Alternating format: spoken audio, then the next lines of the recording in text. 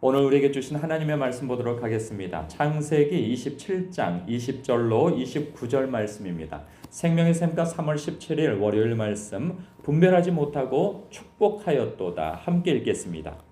이삭이 그의 아들에게 이르되 내 아들아 내가 어떻게 이같이 속히 잡았느냐. 그가 이르되 아버지의 하나님 여호와께서 나로 순조롭게 만나게 하셨음이니이다. 이삭이 야곱에게 이르되 내 아들아 가까이 오라. 내가 과연 내 아들 에서인지 아닌지 내가 너를 만져보려 하노라. 야곱이 그 아버지 이삭에게 가까이 가니 이삭이 만지며 이르되 음성은 야곱의 음성이나 손은 에서의 손이로다 하며 그의 손이 형 에서의 손과 같이 털이 있으므로 분별하지 못하고 축복하였더라. 이삭이 이르되 내가 참 내 아들 에서냐. 그가 대답하되 그러하나이다. 이삭이 이르되 내게로 가져오라. 내 아들이 사냥한 고기를 먹고 내 마음껏 내게 축복하리라. 야곱이 그에게로 가져가매 그가 먹고 또 포도주를 가져가매 그가 마시고 그의 아버지 이삭이 그에게 이르되 내 아들아 가까이 와서 내게 입맞추라. 그가 가까이 가서 그에게 입맞추니 아버지가 그의 옷의 향취를 맡고 그에게 축복하여 이르되 내 아들의 향취는 여호와께서 복 주신 밭의 향취로다. 하나님은 하늘의 이슬과 땅의 기름짐이며 풍성한 곡식과 포도주를 내게 주시기를 원하노라.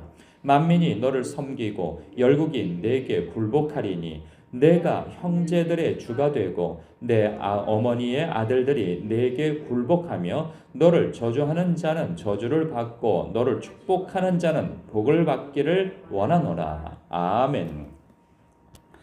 야곱이 나이 많아 눈이 어두워 잘 보지 못하는 아버지를 형 에서로 변장해서 그 아버지를 속여 장자의 축복을 받는 장면이 있죠. 여기서 우리는 의문을 갖게 됩니다. 어찌해서 하나님은 이런 속이는 자인 야곱을 택하셨을까? 있죠. 24절을 보면 이삭이 눈이 어두웠어요. 그래서 네가 참 내 아들 에서냐 이렇게 묻게 되어지죠. 앞에서부터 좀 속였다 할지라도 이 대목에서 움찔하게 되어 있어요, 사람이. 그런데 그가 그러하나이다 라고 아주 거침없이 이야기를 하죠. 그러니까 아버지를 속이기로 작정하고 이렇게 속이게 된 거예요. 하나님은 이 거짓된 사람을 미워하십니다. 그런데 어떻게 이런 야곱을 이 예수님이 오시게 하는 통로로서 택하실 수 있는가라는 그런 의문을 갖게 되어져요. 그럴 때 우리는 사실 그 의미를 다 알지는 못합니다. 하나님의 주권에 달려 있는 것이죠. 그래서 하나님께서 하시고자 하면 하시는 거예요. 그것에 대해서 우리가 의문을 가질 수는 없는 것인데, 그러함에도 불구하고 하나님께서 이런 거짓된 자를 하나님께서 당시에 택한 백성으로, 믿음의 조상으로 세우신다고 하는 것이 참 놀랍긴 합니다.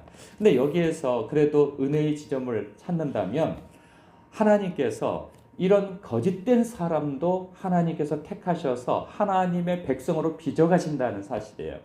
있는 그대로 하나님께서 받으시지만 있는 그대로의 모습으로 머물러 있는 것을 원치 아니하시는 하나님이십니다. 하나님께서 비록 거짓된 사람 야곱을 택하셨으나 그 야곱을 하나님의 거룩한 사람으로 평생을 빚어가시는 것을 이제 우리가 다음 이야기서부터 계속 펼쳐지는 것을 보게 되어져요. 그것은 우리에게 은혜죠. 우리도 처음부터 거룩한 사람입니까? 그렇지 못하죠. 거룩을 덧입게 되어진 것이죠. 예수 그리스도로 그 보혈의 피로 우리가 옷이 입혀져서 거룩하다 칭함을 받게 되어진 것이지, 우리 스스로가 거룩한 사람이 어디 있겠습니까? 우리는 거짓된 사람이요, 허물과 죄로 죽었던 자요, 또한 이 육신의 정욕과 안목의 정욕과 이생의 자랑을 참으로 목표 삼아 살았던 사람 아니겠어요? 적극적으로는 하나님을 대적하고 소극적으로는 하나님에 대해서 무관심하며 하나님에 대해서 관심도 없었고 이 구원에 대해서 그러한 능력도 의지도 관심도 없었던 사람들이었지 않습니까? 그러한 사람들이었음에도 불구하고 하나님께서 나 같은 자를, 우리 같은 자를 택하셔서 세상에 자랑한 스스로의 그 의를 자랑하고 능력을 자랑하고 권세를 자랑하는 자, 지식을 자랑하는 자를 부끄럽게 여기게 하시는 하나님이시지 않겠어요? 우리를 그래서 여기까지 빚어오시고 어디까지 또 빚어가시는 목표를 가지시느냐? 바로 예수님께까지 자라가도록 우리를 그 거룩한 목표 지점까지 이끌어 가시는 하나님이시지 않겠어요? 그렇기 때문에 이것이 참으로 은혜가 아닐 수가 없는 것이죠.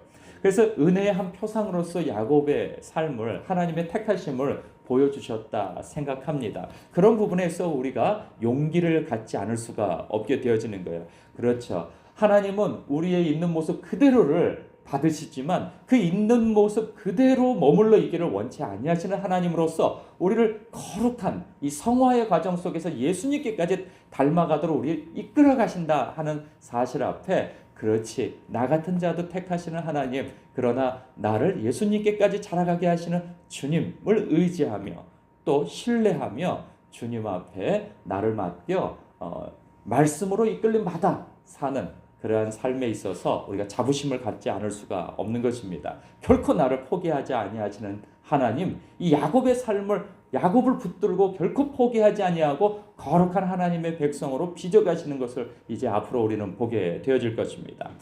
우리는 특별히 그 부분에 대해서도 그 은혜가 있지만 여기서 한 가지 좀 주목하고 싶은 것이 있어요. 그게 뭐냐면, 야곱이 비록 거짓말로 아버지를 속여 하나님의 축복을 받고자 하는 그것이, 그 동기는, 그 의도는 잘못되었으나 그 동기만큼은 하나님의 복을 갈망하는 그 마음만큼은 우리가 본받아야 한다는 생각을 갖게 되어져요.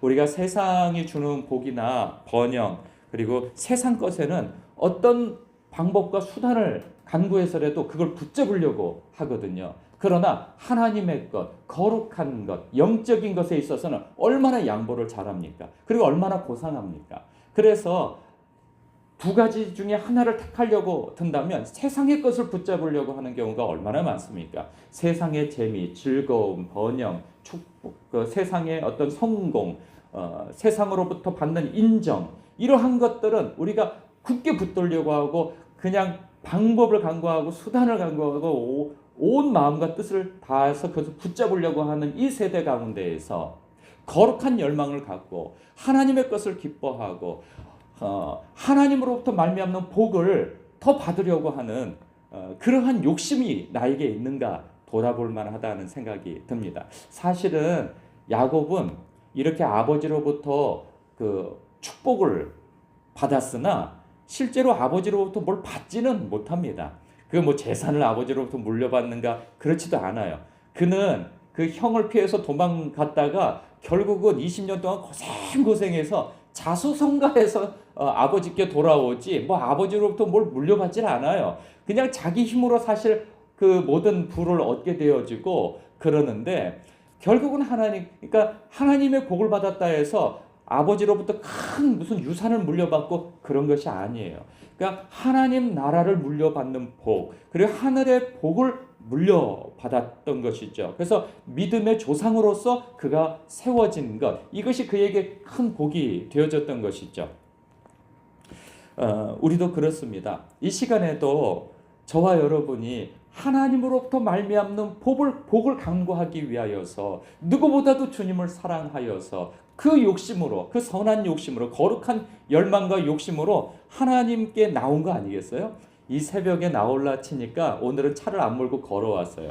새벽이 유난히 춥더라고요, 오늘. 물론 한겨울은 아니지만 이 일교차가 심한 가운데 낮에는 따뜻했다가 이렇게 갑작스럽게 새벽에 차가운 공기를 아무도 없는 이 새벽 이 길을 제 아내하고 걸어오는데 뭔가 이 특별한 마음을 갖게 되어지는 거예요. 여러분들도 똑같은 심정이라 생각되어져요. 생각해 보세요.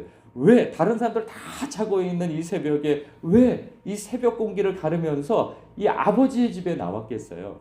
난 누구보다도 아버지를 사랑해. 그래, 난 아버지로부터 말미암는 그 은혜를 사모해. 그러한 마음에서 나온 거 아니겠어요? 그래서 그 열망, 욕심, 갈망, 하나님께서는 이것을 소중히 여기신다는 사실이에요. 우리가 그 한 단면만 보더라도 예수님께서 공적인 생애를 사실 때에 그 온 유대와 이스라엘을 다니시는 그때 그 복음서에서 예수님의 신성을, 인간 되신 예수님의 신성을 경험한 사람들은 예수님을 향한 갈망을 가졌던 사람들이에요. 그 어떤 사람들입니까?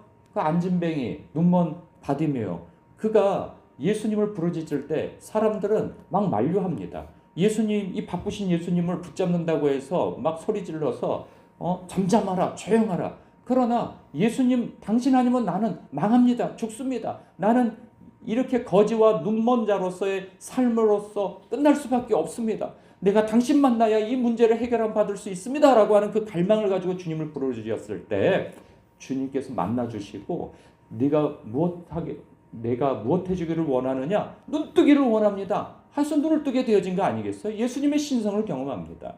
그 혈루병 걸린 그 여인 또한 마찬가지죠. 부정한 여인 아니겠어요? 피 흘리는 여인으로서 감히 사람들 군중들 속에서 섞여 있을 수가 없는 사람이에요. 그러나 그가 혼신의 힘을 다하여서 그 군중들 틈바구니를 비집고 들어가서 예수님의 옷자락을 은밀히 붙잡은 거 아니에요. 목숨 걸고 한 것입니다. 그냥 사력을 다해서 그 옷자락을 붙잡은 거예요. 그래서 병나음을 얻습니다. 그 믿음으로 구원 영생도 얻게 되어지죠. 네 믿음이 너를 구원하였도다 하잖아요.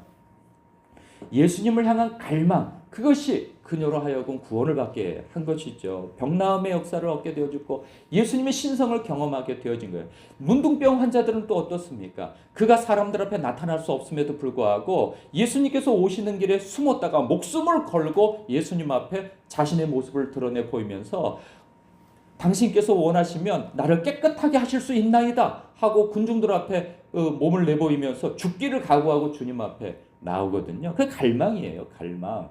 그 교양도 없고 주변 사람들을 의식하지 않고 오직 주님 만나야 내가 고침을 받겠다라고 하는 그 갈망. 그것으로 주님을 만나고 주님의 신성을 경험한 거 아니겠어요? 종종 그런 생각을 해봅니다. 우리가 오늘날 너무 고상해졌어요. 그냥 주님을 굳이 찾지 않아도 그냥 내 수완과 능력으로 이 세상에서 내 앞가림을 해갈 수 있다라고 생각하니 주님을 찾지 않습니다. 그러니 우리가 주님을 만날 길이 소원해지는 것이죠. 주님으로부터 말미암는 복을 받기가 소원해지는 것이죠. 그렇기에 야곱에게 한 가지 배우는 것은 무엇인가?